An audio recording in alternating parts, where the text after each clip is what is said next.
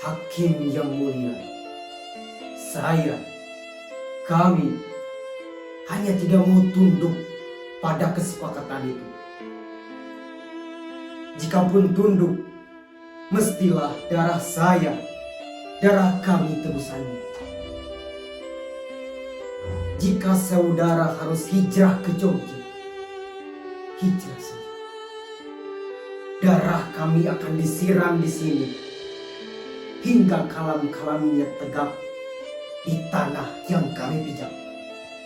Ini adalah inti perjuangan semangat iman kami. Dan kelak di mana kami kalah atau memenangkan pertempuran, kami akan dicap sebagai pemberontak.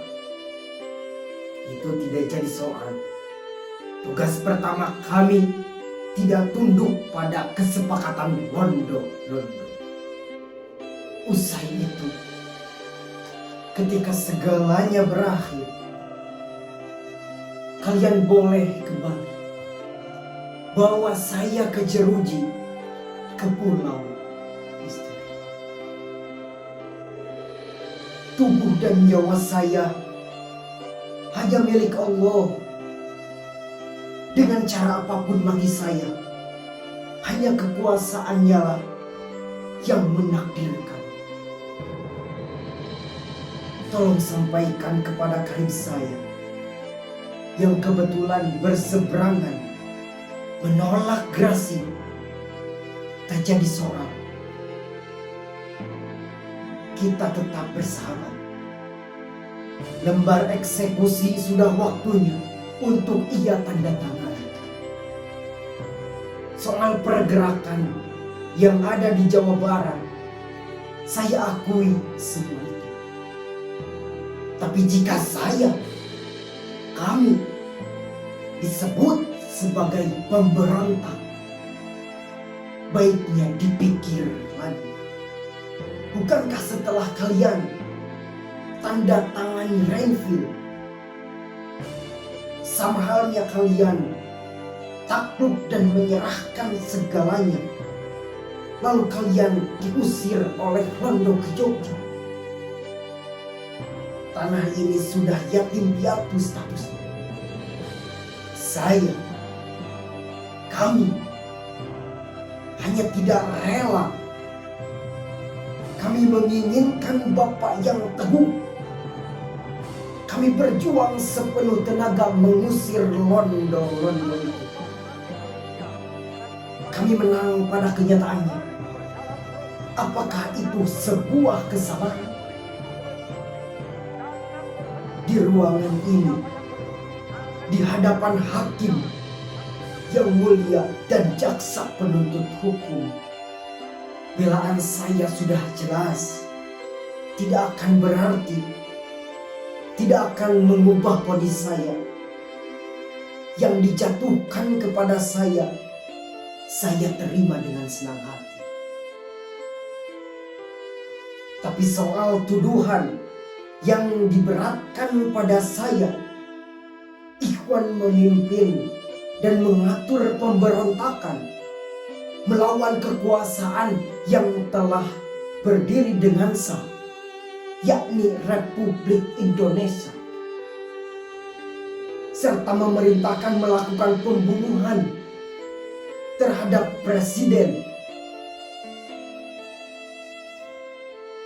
Hakim yang mulia, penting bagi saya untuk melakukan pembelaan bahwa semuanya itu tidak benar.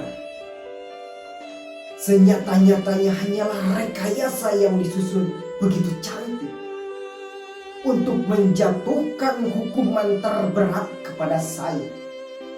Sekalipun ini saya sudah sampaikan, hakim yang mulia tidak akan gentar mengetuk palu, kan?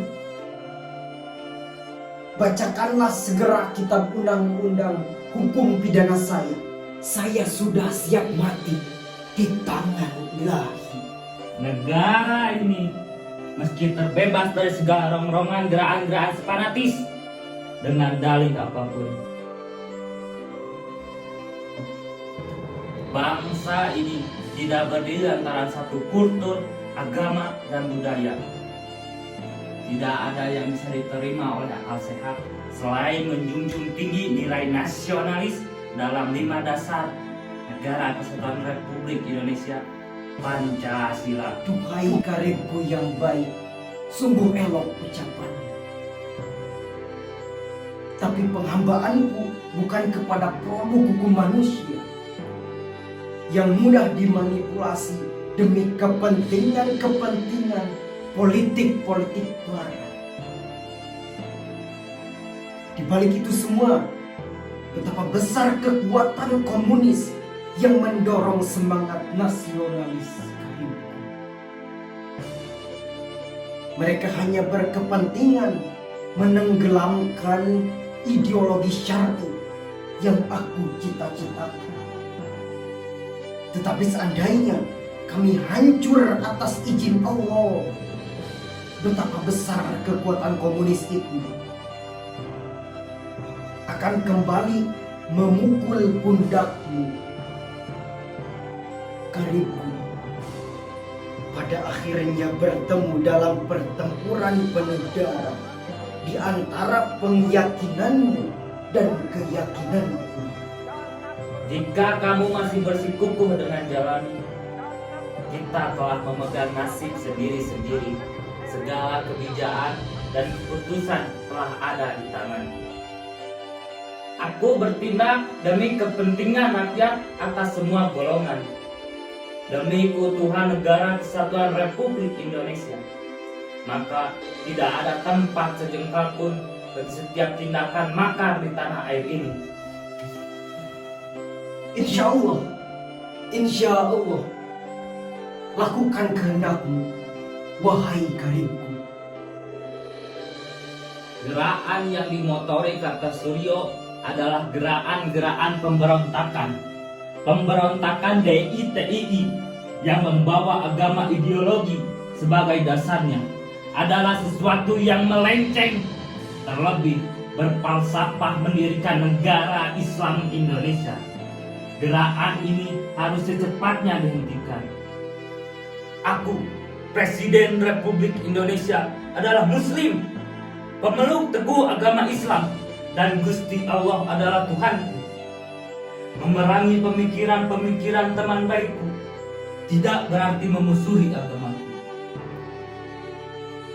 Aku perintahkan, tangkap kawan baikku itu.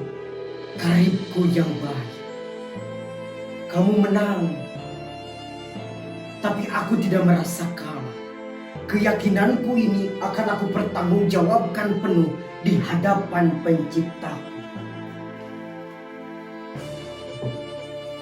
Apa yang bisa disesalkan dalam kehidupan ini selain menyaksikan kawan sendiri meski mati dan kita tidak bisa berbuat apa-apa? Begitulah yang aku alami saat ini. 16 Agustus 1962, kawanku, sampai waktu putusan eksekusi mati Mahkamah Militer dengan pandangan negara Republik Indonesia ke depan. Betapa ingatan ini akan terwujud. Mendatangi hukuman mati bukan pekerjaan yang memberi kesenangan. Tetapi sesungguh pun demikian, seorang pemimpin harus bertindak tanpa memikirkan betapapun pahitnya yang harus ia hadapi. Kawanku, meski mati karena sebaris tinta dalam kertas ini,